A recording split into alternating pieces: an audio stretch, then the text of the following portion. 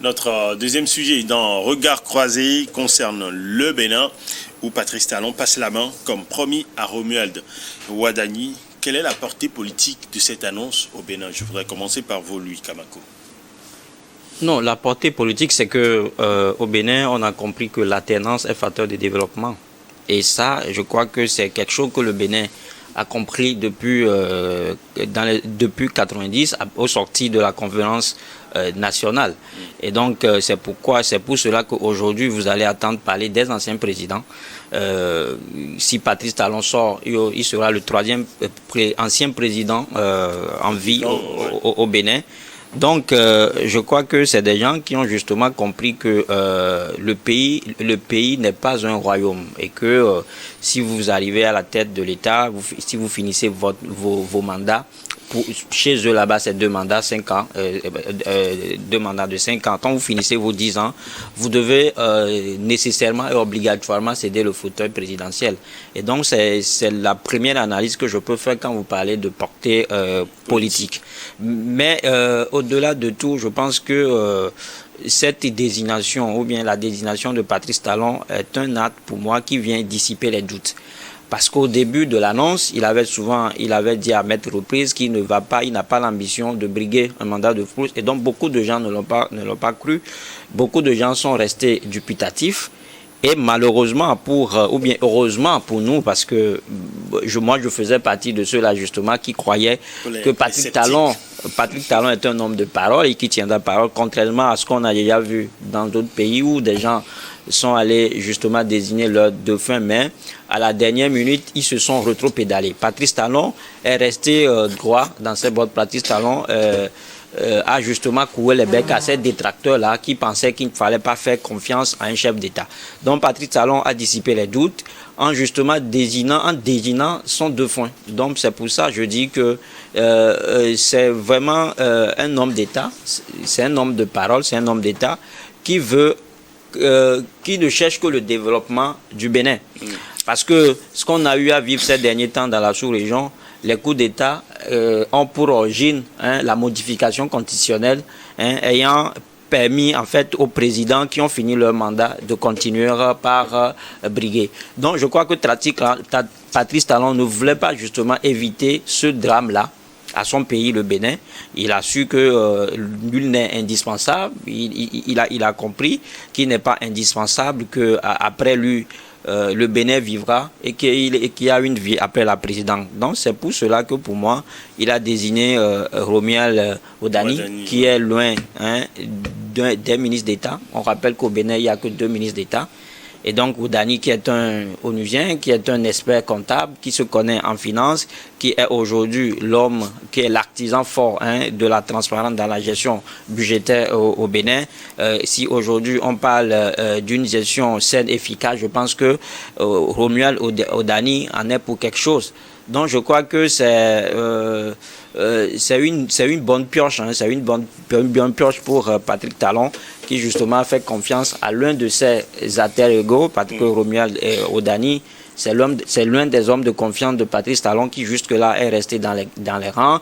Il s'est montré discret, humble et fidèle en fait aux idéaux de la mouvance présidentielle. Pourquoi vous dites fidèle, humble? Parce qu'il est effacé de la scène politique? Bon, il s'est effacé, contrairement à ce qu'on a déjà eu à vivre. Vous n'êtes pas, ça fait banalement quelques mois. Certains collaborateurs du président Talon étaient arrêtés juste parce que il se prenait déjà de la peau. Il se mettait justement dans la peau du défunt du président Talon, et malheureusement les services de renseignement ont su détecter cela et on a mis le grappin sur eux. C'est pour ça que je dis que Romuald Odalo, il est resté Wadani, il est resté jusque-là humble et discret et fidèle en fait aux idéaux de la mouvance présidentielle. Alors, Kassigan Kouete, pensez-vous que Patrice Talon est en train de respecter juste simplement une promesse ou il est en train d'orchestrer une succession contrôlée? Non, vous savez, il a toujours dit qu'il va supporter le bon choix pour le Bénin. Enfin, et de 2, au lendemain du prestation de serment de son second mandat, il a participé à une conférence animée par le docteur comment il s'appelle, David Dossé, Oui. au Bénin. alors qu'il prônait l'alternance. Il a même pris un témoin et a rassuré le docteur David Dossé que à l'investiture du président qui va le succéder, il lui remettra le témoin pour que, à son tour, il le remette à quelqu'un d'autre. C'est pourquoi, depuis lors, je n'ai pas encore lu une réaction de docteur Dossé. Normalement, il devait féliciter Patrice Talon pour avoir tenu parole. Quelqu'un qui a dit « je ne vais plus me représenter, les 10 ans m'ont vieilli. C'était pas évident. Et celui qui va me remplacer fera mieux que moi. » Qui n'a pas la science infuse de faire que c'est lui seul parmi les Béninois qui sait faire le développement ou qui sait faire une bonne gestion, la bonne gouvernance et tout, qu'il y aura d'autres Béninois qui feront mieux que lui et que les 10 ans lui suffisent. Même si on peut le courter de 3 mois, lui, ce qu'il n'a pas fait en 10 ans, il ne pourra pas le faire en 3 mois, il pourra partir, aller se reposer. Je pense quand même qu'aujourd'hui, en Afrique de l'Ouest, c'est une icône. Il a inscrit son nom dans le panthéon des grands chefs d'État comme Nelson Mandela pour dire qu'il y a une vie après le pouvoir. Patrice Talon a démystifié la fonction du chef de l'État.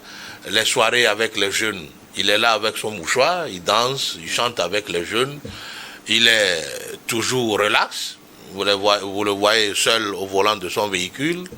Il est en gentleman, soit en jean, soit des tenues comme les jeunes. Je pense quand même que si il faut écrire un livre sur Patrice Talon, je vais demander à Louis Kamako et Pasteur Edo. Je vais même conseiller à Pasteur Edo de ne plus être ambassadeur des pays du Sahel pour devenir ambassadeur du Bénin. Alors, votre réaction, Pasteur, par rapport à cette promesse tenue par Patrice Talon? Non, le Bénin est tout proche, c'est un pays limitrophe. Je crois que c'est la tradition qui se répète au Bénin. Les prédécesseurs de Talon l'ont déjà fait. Que ce soit Kérékou, que ce soit Nicéphore Soglo, bon, il a été battu. Lui, il a été battu en son second mandat. Il a été battu. Comment Mathieu Kérékou l'a fait. Docteur Boni Yahi l'a fait. Donc, Talon ne peut que faire ce que ses prédécesseurs ont déjà fait. C'était pas évident. Non, mais je crois quand même que ça, c'est l'ancrage de la démocratie et vraiment dans le ciment, l'alternance. L'alternance, c'est le ciment de la démocratie. Et je crois c'est d'abord, il faut dire que il a tenu à sa parole, puisque depuis, ça fait plus de 3 ans qu'il commence pas à annoncer cela sur les médias, qu'il ne va plus se représenter. Beaucoup sont ceux-là, comme il a dit tout à l'heure, sceptiques. Parce que vous y croyez? Oui, moi je croyais un tout petit peu, mais pas totalement, pas totalement, parce que nous avons déjà vu les gens qui ont fait ces genres d'annonces de manière fanfare, mais finalement ils se retrouvent encore accrochés au pouvoir. Et donc je voudrais dire à côté que le docteur le professeur David Dossé ne peut pas féliciter pour le moment, mais attend jusqu'à l'élection, jusqu'à ce que l'élection ait lieu et que quelqu'un soit élu avant de le faire. Pourquoi ? Parce qu'on a vu, en Côte d'Ivoire où le dauphin qui est mort, et puis on a vu Alassane Ouattara revenir, et puis là il est en train de chercher un quatrième mandat. Sauf que dans le temps, Gon était malade. Oui, Gon était malade. Il n'est pas malade. Oui, Gon est mort, mais il y avait encore un autre candidat qui peut faire mieux que Alassane Ouattara. Bon, on va pas faire ce débat. De toute façon, on est sur le Bénin. Je crois quand même que il donne une leçon. C'est une leçon pour les dirigeants africains, surtout de l'espace francophone. C'est eux qui s'accrochent plus au pouvoir. Par contre, dans les pays anglophones, il y a déjà la tradition de la culture démocratique, c'est-à-dire l'alternance. Vous savez, nous sommes entourés du Bénin et du Ghana qui font de très bonnes choses. Le Ghana, le président qui annonce déjà qu'il ne sera plus candidat. C'est son deuxième mandat. De son deuxième mandat. Il ne pouvait plus.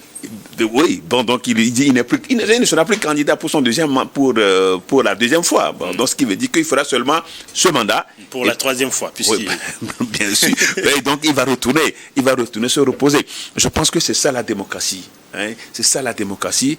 On n'a pas besoin de s'y accrocher, de s'accrocher au pouvoir, comme si après le pouvoir il y a plus rien. Donc je crois que Talon fait comme ses prédécesseurs. Et je pense que pendant 10 ans, c'est vrai quand même que à quelques endroits on a vu que la démocratie était un peu sous les ténoirs, les droits de l'homme un peu sous les ténoirs sous Talon, parce qu'il y a des choses, c'est discutable, hein? On peut discuter, mais je crois quand même que il est en train de rentrer dans l'histoire en acceptant, en respectant la Constitution. Alors je me demande pourquoi en Afrique, si quelqu'un qui dit qu'il ne va plus faire un troisième mandat, ben on le prend comme si un héros. Alors que la Constitution, au fait, est là. C'est vrai quand même qu'il y a la tentative de déverrouiller, hein, de déverrouiller la Constitution, surtout l'article qui parle du mandat, de la limitation. On déverrouille, donc on dit, bon, on met le compteur à 0 et puis bon, on continue. Donc je crois quand même que la démocratie béninoise s'enracine et c'est une fierté. C'est une fierté. Aujourd'hui, il a fait un choix. Le choix de quelqu'un qui, pendant 10 ans, hein, est resté dans le gouvernement en tant que ministre de l'économie, qui n'était pas aussi politique. Moi, je le connaissais, j'ai seulement entendu parler de lui en tant que ministre d'État, Romuald Wadani. Il n'était pas trop dans les rouages politiques. Il n'appartient ni au bloc, ni à l'un à l'autre du bloc présidentiel. Sauf qu'il faisait des cotisations dans les deux blocs. Mais il n'est pas membre en tant que tel. Je crois que le président Biochani l'a même dit que c'est vrai qu'il n'a pas sa carte de membre en tant que tel, mais je crois quand même il est le choix du bloc présidentiel, de la mauvaise présidentielle des deux partis. C'est ça aussi ce qui est intéressant. Ce qui est intéressant, c'est parce que dans le bloc là, entre ces deux partis, il n'y a pas eu de contestation à ce qu'on sache. Donc ce qui veut dire qu'il y a au moins une unanimité qui a été faite autour de sa candidature. Et je crois que ce bloc là va aller loin, parce que il pouvait y avoir des intentions, des intentions. Une scission? Oui, non, des intentions de candidature. Mais je crois que ils ont été unanimes autour de la candidature de Romuald Wadani. Maintenant, il reviendra aux Béninois de porter leur choix sur le ou non. Ben, donc c'est ce qu'on va attendre. Donc déjà, le Bénin, avec toutes les réformes qu'il y a eu au Bénin aujourd'hui, et surtout le test, même Patrice Talon lui dit qu'aucun Béninois ne sera candidat, ne peut pas être président plus de deux fois de sa vie. Dans sa vie. Donc si vous êtes président 2 fois déjà, vous avez fait 2 mandats, vous ne reviendrez plus. C'est ce que je comprends. À moins que vous ne reveniez d'entre les morts. Donc voilà. Donc c'est encore dur. Il a renforcé, il a durci même le mandat présidentiel. Et je crois que c'est ce que aussi les Togolais attendent, qu'il y a quelque chose comme ça dans le pays. Alors, on ne va pas déplacer le débat. Non, il faut déplacer parce qu'il faut comparer, puisque nous sommes juste côte à côte. Donc, on va rester sur le Bénin d'abord. Est-ce que je voudrais vous relancer par rapport à justement ce sujet sur le Bénin. Est-ce que vous pensez que Wadani va être dans la continuité de ce que Patrice Talon a fait? Parce qu'aujourd'hui, c'est vrai, on parle de beaucoup de réformes qui sont aujourd'hui imputables à Patrice Talon, mais également il y a aussi beaucoup de choses qui sont peintes en noir, notamment le respect des droits de l'homme. Il y a beaucoup de gens qui sont en prison, politiques qui sont emprisonnés. Est-ce que vous pensez que Romuald Wadani va venir suivre ou bien continuer dans la même lancée, ou essayer de corriger? S'il faut corriger, quel défi aujourd'hui attend Romuald Wadani s'il arrivait à être élu? Romuald est presque un disciple de Talon.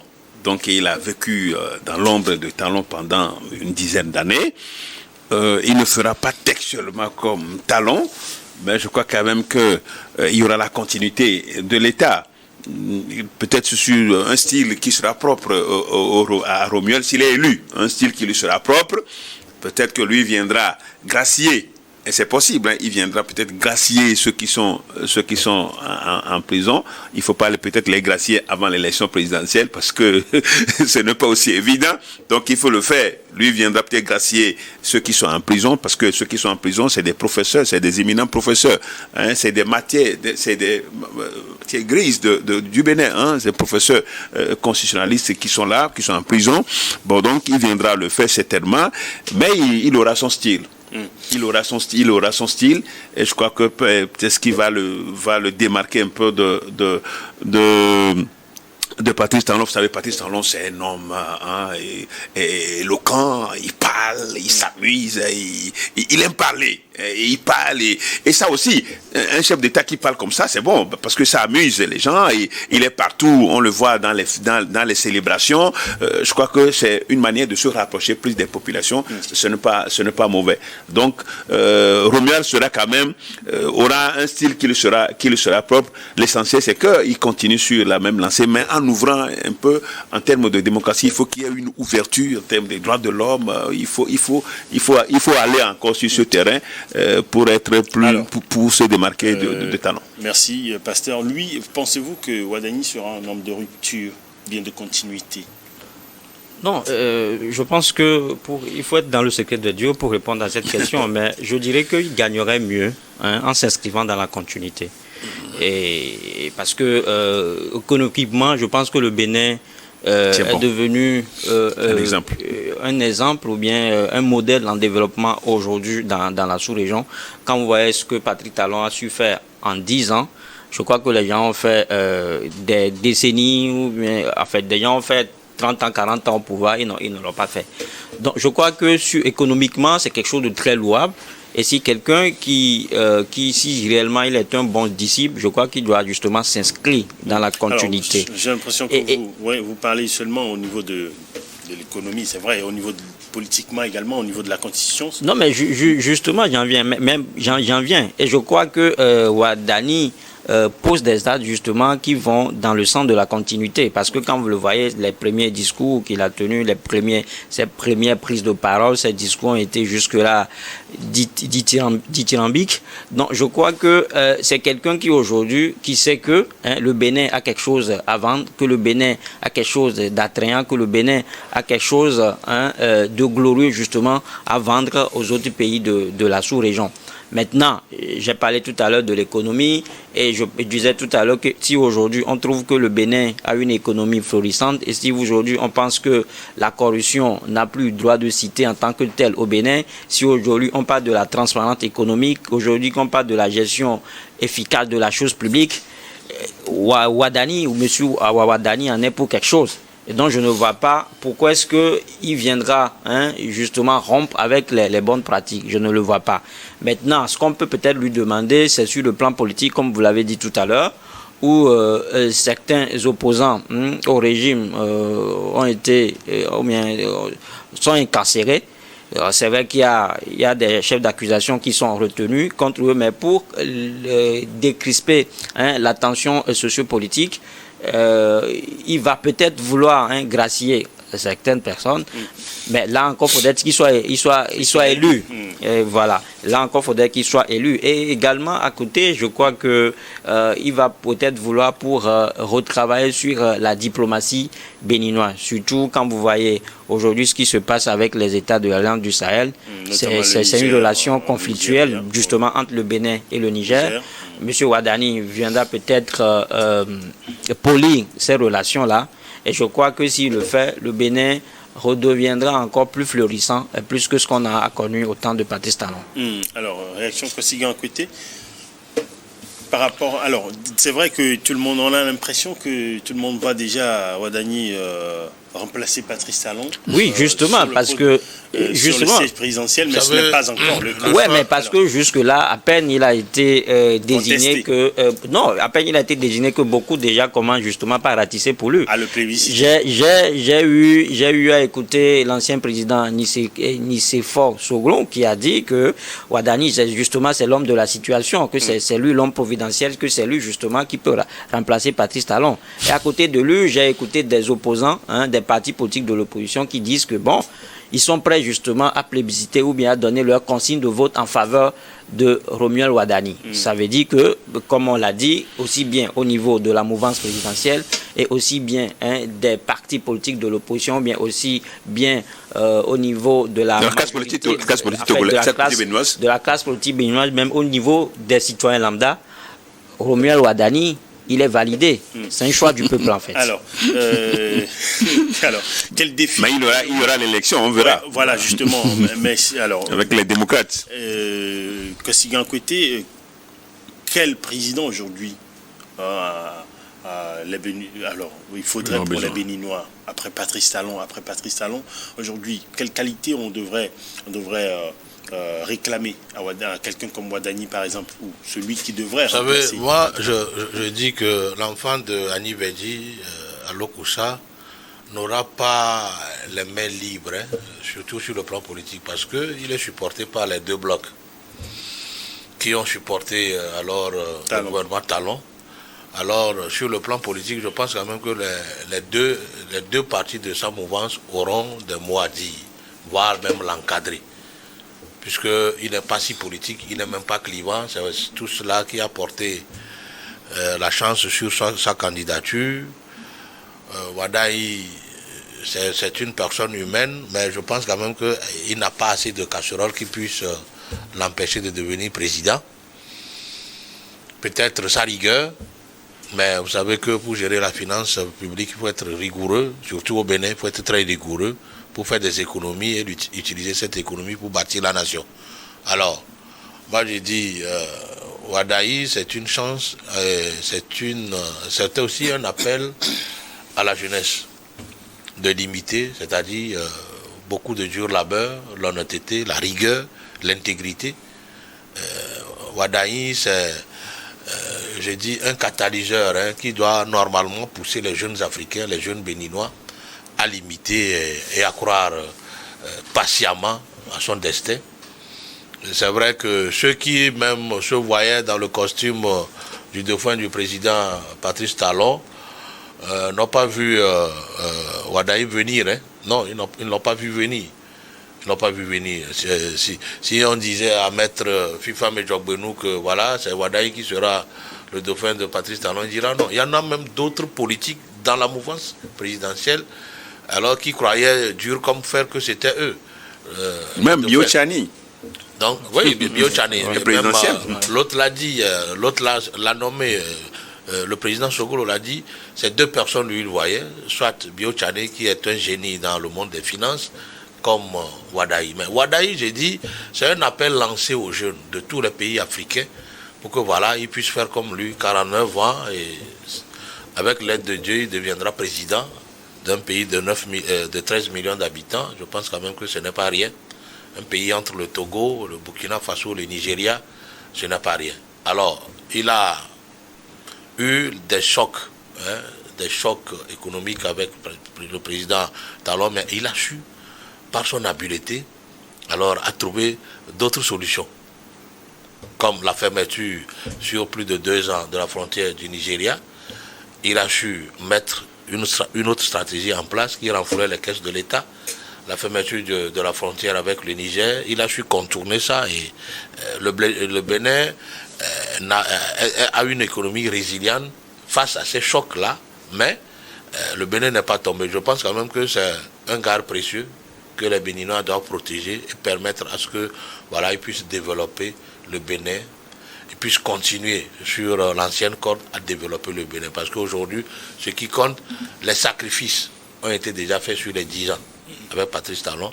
Maintenant, comme c'est lui, l'argentier, qui menait l'argent, pour que voilà, on puisse alors faire les grands travaux, et c'est quelqu'un qui maîtrise où chercher l'argent. Il a déjà poli l'image du Bénin à l'international.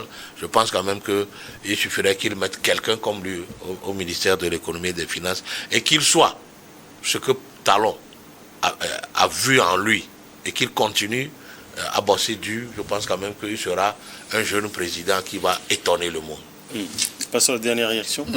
Oui, c'est vrai. Attention, on a vu des dauphins qui sont montés au pouvoir, qui se sont débarrassés de leur mentor. non, je parle juste. Au Bénin, ce serait difficile parce que les deux blocs, il ne va pas contrôler tout de suite les deux blocs. Qui ont traité. Vous savez, l'Assemblée nationale, c'est les deux blocs. Les deux blocs sont plus de talents que de lui. C'est là aussi le garde-fou. Bon, moi je le disais, comme je le disais, on a vu les dauphins qui ont compliqué la vie à leur tenor. Même on a mis certains même en prison. Donc, quand vous prenez par exemple, vous prenez la Mauritanie, vous prenez même l'Angola. Oui. L'Angola, c'est pas facile. Donc tout ce qu'on peut souhaiter, c'est un bienfaiteur, hein, c'est lui qui vous a désigné. Il faut être quand même honnête et reconnaissant. C'est tout ce que moi je dirais. C'est tout ce que je pourrais dire à Romuald ou Dani pour que le Bénin puisse continuer par exister. Alors, merci Pasteur, merci également à vous.